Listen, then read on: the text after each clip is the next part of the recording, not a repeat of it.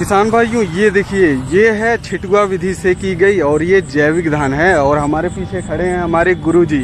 तो आपको जो है कि जैविक की एक बेहतरीन सीरीज मिलेगी जैविक खेती की। और जो है कि आपको ऐसा नॉलेज शायद ही कहीं यूट्यूब पे मिले। ये मेरा ओपन चैलेंज है आपको। और ये भी ओपन चैलेंज है कि आप ब्रह्म कृषि जैविक फार्म पे आके अपने मन से जो इंस्पेक्शन करना है, जो भी आपको देखना है, यहाँ पे ओपन चैलेंज है, खुला है सबके लिए द्वार। आइए और चेक करिए। ये देखिए जैविक धान। और आगे आप इस वीडियो में जानेंगे कि भैया ये खरपतवार मेड़ पे है तो उसका भी क्या उपयोग है, सब कुछ जानेंगे।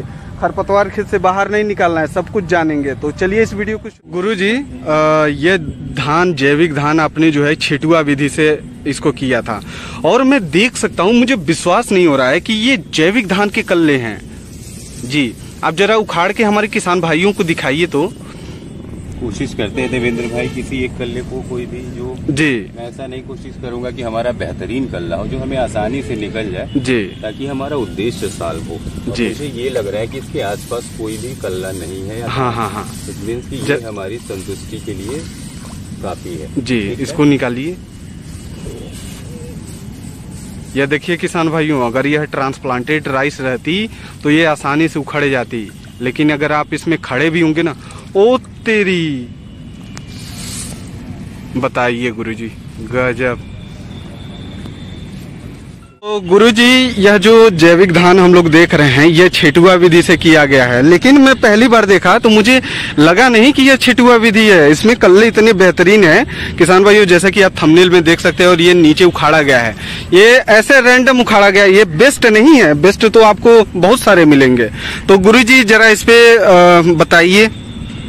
देवेंद्र जी, वापस आपका स्वागत है मेरे साथ जी। और एक बेहतरीन सुबह है हमारे पास।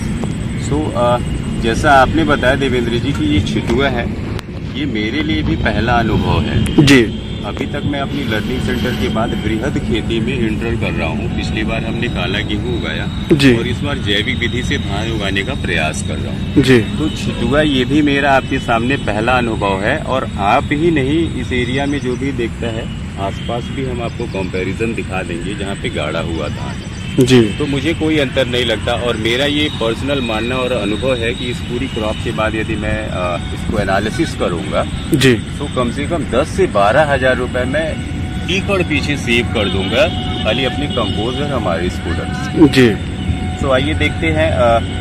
दूसरा क्या कि ये जैविक विधि से है हमारा कल्ला, इसकी काउंटिंग सारी डिटेल्स लेते हैं और सबसे ओपन चैलेंज है। जी। मैं देवेंद्र जी आपसे रिक्वेस्ट करूंगा, दिखाएंगे आप हमारे लेफ्ट और राइट देखेंगे तो ये है गीडा इंडस्ट्रियल एरिया जी, गोरखपुर डेवलपमेंट इंडस्ट्रियल एरिया। अच्छा। ये एशिया की लार्जेस्ट इंडस्ट्रीज हमारे पास लगी हुई हैं और भविष्य में ये मेरा चैलेंज है। 3000 से ज्यादा उद्योग चल रहे हैं। यदि इस खेती को जो हमारे पास ये 300-400 बीघे की लैंड है तो कहीं ना कहीं से हमारा एग्रीकल्चर कोलैप्स हो जाए। जी। तो मेरा चाहते हुए रहते हुए कि यदि हम इससे माइग्रेट होंगे तो ये कहीं ना कहीं से फैक्ट्री में परिवर्तित हो जाएगा। जी। मैं अपने मुहिम में तो होते हुए नहीं, जब तक मेरी कोशिश है मैं इसको जिंदा और हरा रहूंगा। अच्छा अच्छा। तो देवेंद्र जी आपने देखा तो बाकी इसमें कोई ऐसा विशेष नहीं है। यदि हम अपने बुजुर्गों के साइंस को देखें, उनके कार्य करने की प्रणाली को देखें तो सेम वैसे ही काम हमने यहाँ पे करा हुआ है। जी। मेरी पहली प्राथमिकता थी कि नहीं जी, छींटने का मतलब कि हमारा कम से कम एक्सपेंसेस पहले कम हो। जी। की जगह हम जरई डालेंगे, उसकी 23 दिन केयर करेंगे, बिया लाएंगे, एक्सपेंसेस डलेगा। वो हमने डायरेक्ट जाके धान डाला। मेरा 20% लॉस हुआ तो 8 दिन के बाद मैंने वापस धान को भिगाया और रिकवर करा इसको पानी के साथ। जी। तो ये बेसिक्स लर्निंग, बट आज की डेट में आप मेरे प्रोडक्ट्स को देख सकते हैं। मेरी कोशिश होगी कि अच्छे से अच्छा और बेहतरीन ईल्ड मिले ताकि मेरे फॉलोअर्स बढ़े, वो भी लगे। अभी तक जो ये समझते नहीं जी जैविक से होता नहीं जी जैविक से, तो मैं मिश्रित और जैविक दोनों पे हूँ बिकॉज बड़ा प्लॉट्स है हमारे पास अब। जी। बट मेरी पूरी कोशिश होगी आने वाले समय में पूर्ण रूप से जैविक में परिवर्तन। जी। तो गुरुजी, यह कितने एरिया में किया है आपने और जो है कि इसका मैनेजमेंट आप बताएंगे। और सबसे पहले तो कल्ले गिनाइए, उसमें हमको ज्यादा इंटरेस्ट है। ठीक है। हाँ ठीक है, ठीक है, कल्ले गिनते हैं।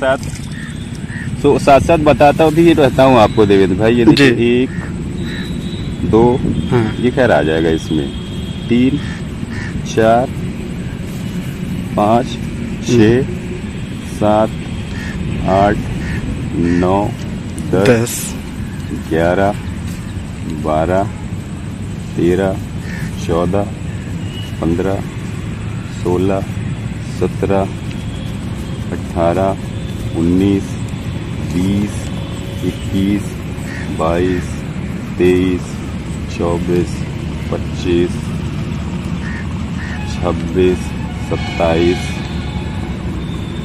ये तो मर गया, 28, यानी ऑन एन एवरेज हम 30 मान सकते हैं, क्योंकि मैंने देखा है आपने बेस्ट को छोड़कर एट रैंडम सेलेक्ट किया आपने जी।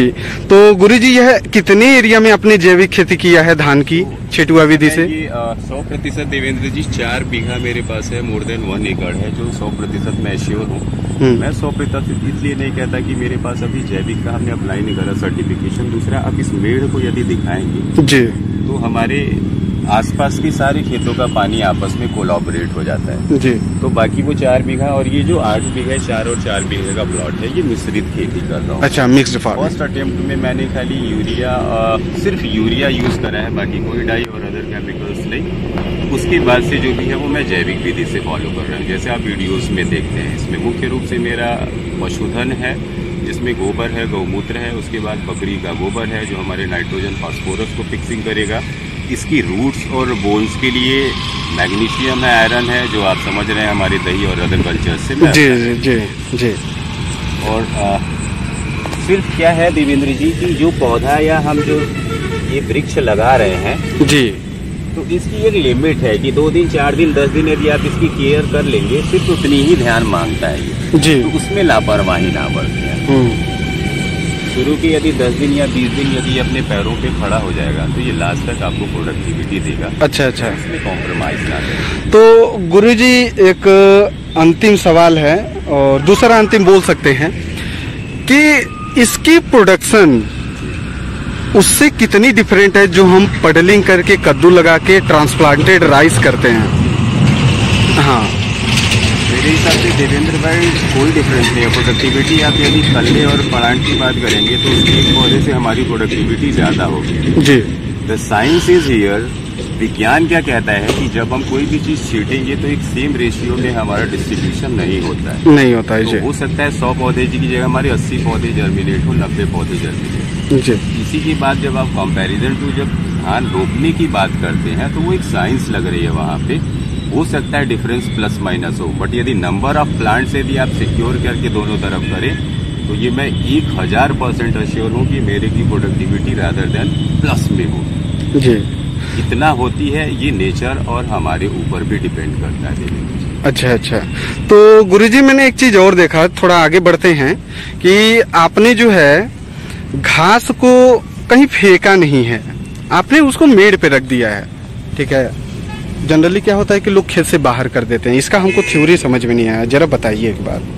देवेंद्र जी मैं चाहूंगा कैमरा नीचे करें, आप इसका इम्पैक्ट देखेंगे। ये हमारा वेस्ट है जी, देख रहे हैं जी। वेस्ट के ऊपर भी कुछ देख रहे हैं, हाँ, केचुओं का। तो दोस्तों मैं आपसे कहना चाहूंगा, जैविक को आप चेक कर रहा हो ना, इस खेत में ये इस समय नहीं मिलेगा। क्यों? क्योंकि इसमें कहीं ना कहीं से आसपास से यूरिया अदर केमिकल्स आ रहा है। तो ये अपनी जान बचाने के लिए ऊंचा प्लेस ढूंढेगा और माइग्रेट होकर हमारी मेढ़ों पे पड़ा रहेगा जी।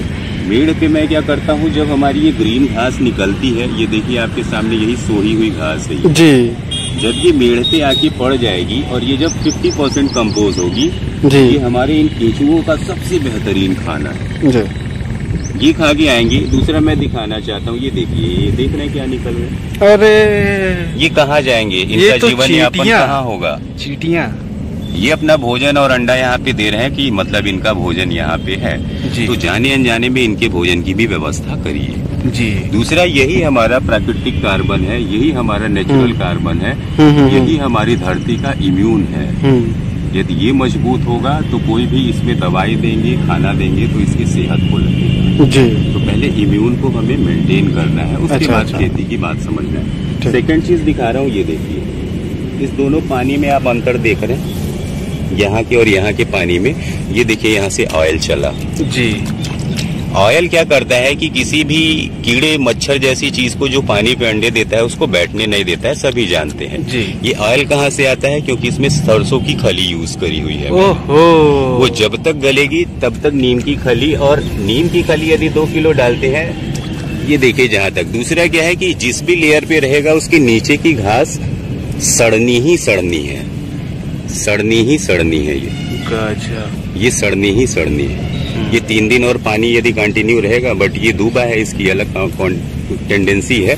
बट जो हम नॉर्मल धान की घास या टेक्निकल घास कह रहे हैं वो खत्म हो। हाँ हाँ, तो हमारा प्रयास होना चाहिए। दूसरा, हमारा ब्रह्म साइंस कहता है, हमारी ऋषि मुनि परंपरा ये कहती है देवेंद्र जी कि खेत से आप वही लेंगे जो आपने खेत को दिया जी। इस घास पे आपका अधिकार नहीं है जी। आपने खेत को बिया दिया था कितना, 30 किलो। तो नियमतः तो 30 किलो आपको बिया ले लेना चाहिए। लेकिन आप 300 कुंटल लेने के बाद फिर कह रहे हो कि हम तुम्हारी घास भी ले लेंगे, तुम्हारा केचुआ भी ले लेंगे, तुम्हारा पानी भी ले लेंगे। तो ये समझ, आपने यदि इसको गेहूं दिया है तो गेहूं की बाली दे दी। बाकी ये जो घास है या पौधा उखाड़ेंगे तो ये नीचे का यहीं रह जाएगा। ये काट के ले जाते हैं क्या कंबाइन से? नहीं। क्योंकि प्रकृति जानती है कि आप लेके चले जाएंगे तो 3 महीने जब पलियर खेत रहेगा तो यहाँ का जीवाणु क्या खाएगा? क्या खाएगा? यही खाएगा। और जब इसको काट के जब आज मशीनें आए देवेंद्र भाई, नहीं तो जब घर ले जाते ना तो ये वाला हिस्सा चारा के लिए है।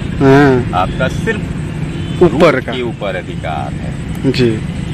ये आप घर ले जाएंगे, बाकी ये इसको वापस दे देंगे। तो गुरुजी, प्राकृतिक खेती में और फिर ये वनचर्य में बदल जाता है। फिर आपसे खेत कभी कुछ नहीं मांगेगा, सिर्फ आपको लेना है।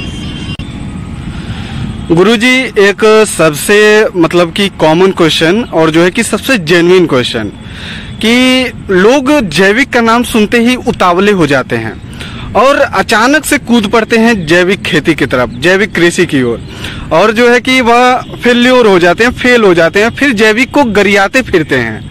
और जो नए किसान हैं वो भी यही काम करते हैं और फिर जैविक को गरियाते फिरते हैं। तो आप जो है इस विषय पे क्या कहना चाहेंगे, उनके लिए कुछ बताइए। ये देवेंद्र भाई बड़ा बेहतरीन सवाल है आपका और मुझे हंसी भी आती है। सबसे पहली चीज तो सबके लिए खेती नहीं है। मैं आपसे विनम्र निवेदन कर रहा हूँ कि यदि आप खेती में इंटरेस्ट रखते और सोच रहे हैं कि खेती में यदि फायदा सोचते हैं तो खेती को हमें बिजनेस का नाम देना होगा। जब एग्री को बिजनेस के साथ जोड़ेंगे तो हमें टेक्नोलॉजी को समझना होगा। तो खेती पहली चीज तो आसान है और जैविक खेती तो बहुत मुश्किल चीज है वास्तव में देवेंद्र जी। दूसरी चीज क्या है, ये अपकमिंग फ्यूचर है। आज यदि इस काम को मैं शुरू कर रहा हूँ तो शायद 2 या 3 साल के बाद, और एक बहुत बड़ी इंडस्ट्री है एग्री जोन हमारा। आज की डेट में कोरोना आया तो हमें इसके पॉजिटिव और निगेटिव इम्पैक्ट्स पता चल रहे हैं, और पॉजिटिविटी और निगेटिविटी मेरे अंदर होती है देवेंद्र जी। मैं इस प्रोडक्ट को पैदा कर रहा हूँ तो मुझे पता होना चाहिए कि इसकी मार्केट कहाँ है, पॉजिटिव रिस्पांस मुझे कहाँ से मिलेगा। अदरवाइज मुझे धान नहीं लगाना चाहिए। मुझे यदि यहाँ पे अमरूद लगा रहा हूँ, आलू लगा रहा हूँ तो मुझे वैल्यूज पता होनी चाहिए। अदरवाइज जैविक पे 100% कन्वर्ट नहीं होना चाहिए जी। लेकिन यही चीज सोचता तो मैं 2016 से ये काम कर रहा हूँ जी। आज मेरे प्रयास से शायद 10 ऐसे प्लेसेस को जानता हूँ, चाहे गवर्नमेंट में या नॉन ऑर्गेनाइज सेक्टर्स में, जो क्रेजी है हमारे प्रोडक्ट्स के लिए। और आपको बहुत जल्दी इसका प्रोडक्ट जो मैंने आपको एक्सप्लेन भी करा था, मल्टीग्रेन आटा आपको अवेलेबल होगा। मेरा क्या है कि किसान हमारा जो है ये प्रोडक्ट सीधा हमारे घरों में पहुंचे, बिना किसी रॉ के, बिना किसी पॉलिश के और बिना किसी इंडस्ट्री के, विद द हेल्प ऑफ वैदिक संस्था। हमारा आज भी जाता जिंदा हो जाए, हमारा आज भी चाकी जिंदा हो जाए, हमारे आज भी ग्रेनुअल्स। और मैं उस दिन बहुत प्रफुल्लित और अपने आप को भाग्यवान समझूंगा जिस दिन बैलों से जोतूंगा इसी खेत को देवेंद्र भाई, और आपसे रिक्वेस्ट करूंगा कि अब आके मेरा एक ब्लॉग और शूट बनाए। तो बहुत बहुत धन्यवाद गुरुजी, किसानों को इतना अच्छे से और शालीनता से समझाने के लिए। और जो भी किसान भाई सर से प्रभावित हैं, ये हमारे गुरुजी हैं। तो आप जो है कि सहजनवा में बस इनका नाम ले लीजिए, आपको लोग घर तक छोड़ के जाएंगे। तो आप सोच सकते हैं कि जैविक कृषि में सर का कितना नाम चलता है। और मेरी बहुत दिली इच्छा थी कि सर को जो है कि सोशल मीडिया पे लाना है, जबकि सर बहुत ग्राउंड टू अर्थ होते हैं और कैमरा के सामने जल्दी आते नहीं है। तो आप जो है कि इनके फार्म पे, ब्रह्म कृषि जैविक फार्म पे आइए। इनका एक पीओ भी है, आपको आगे पीओ की भी जानकारी मिलेगी। तो किसान भाइयों, ये वीडियो अगर आप यूट्यूब पे देख रहे हैं तो हमारे चैनल को सब्सक्राइब करिए, फेसबुक पे देख रहे हैं तो हमारे पेज को फॉलो करिए। मैं मिलता हूँ किसान भाइयों अगली वीडियो में।